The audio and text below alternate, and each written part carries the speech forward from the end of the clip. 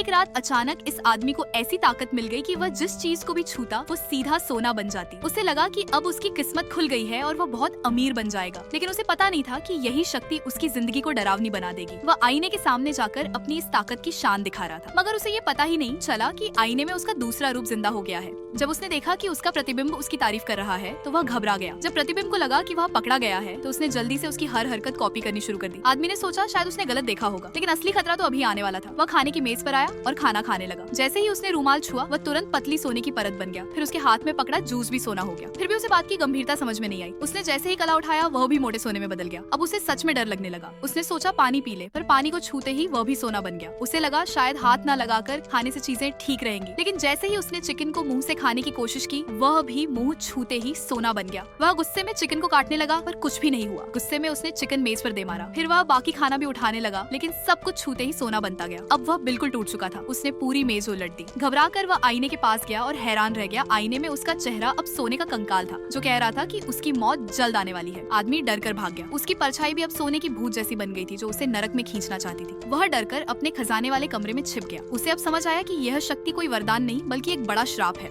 वह रोते हुए भगवान से मदद मांगने लगा, लेकिन उसकी आवाज भगवान ने नहीं, एक छोटे शैतान ने सुनी। शैतान उसे देखकर हंसने लगा, क्योंकि वही था जिसने आदमी को यह शक्ति दी थी। आदमी बोला कि कृपया मेरी ताकत वापस ले लो, मैं बदले में कुछ भी देने को तैयार हूँ। शैतान मुस्कुराया, उंगलियां चटकाई और उसकी ताकत छीन ली। शैतान गायब हो गया और अचानक पूरा महल हिलने लगा। सारा सोना गायब हो गया, यहाँ तक कि उसके अच्छे कपड़े भी गायब हो गए। उसे समझ आया कि शैतान उसकी सारी दौलत ले गया और उसके लालच वाली आत्मा भी। वह थक कर जमीन पर बैठ गया। कुछ देर बाद हिम्मत जुटाकर उसने एक बर्गर को छुआ और यह देखकर खुश हो गया कि वह सोना नहीं बना। वह बच्चे की तरह खुशी से मुस्कुरा उठा।